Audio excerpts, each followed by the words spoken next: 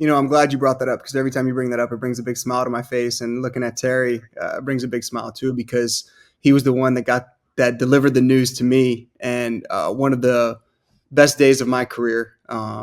Certainly being viewed in the light of a Terry Collins and his coaching staff and the front office and ownership and players in that kind of role was something that I took very seriously.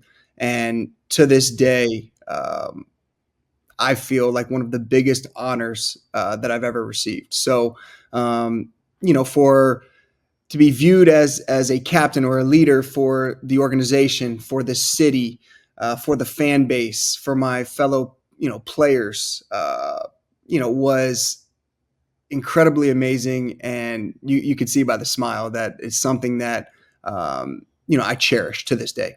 John, I will tell you, I approached David that spring and asked him if he'd ever, that I would like to name him the captain. And he said, I don't think so. And I said, well, think about it and get back and we'll talk about it again. So we talked about it later. And he said, before we talk, I want to go find out about with my teammates, how they would feel about it. And that is one of the reasons why I wanted him to be the captain. I didn't want him to make speeches. I didn't want him to have to get up in front of the club and give a pep talk. I wanted him to lead by example. You've already heard about him talk about, that he's on the field, an seven-time All-Star at 7:00 in the morning in the cage, taking ground balls, his respect for the fans, signing autographs, taking a picture with your nephew in a hotel on the road, the respect for the media in New York.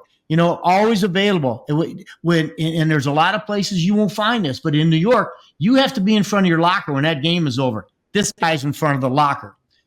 He answered the questions. He answered them properly.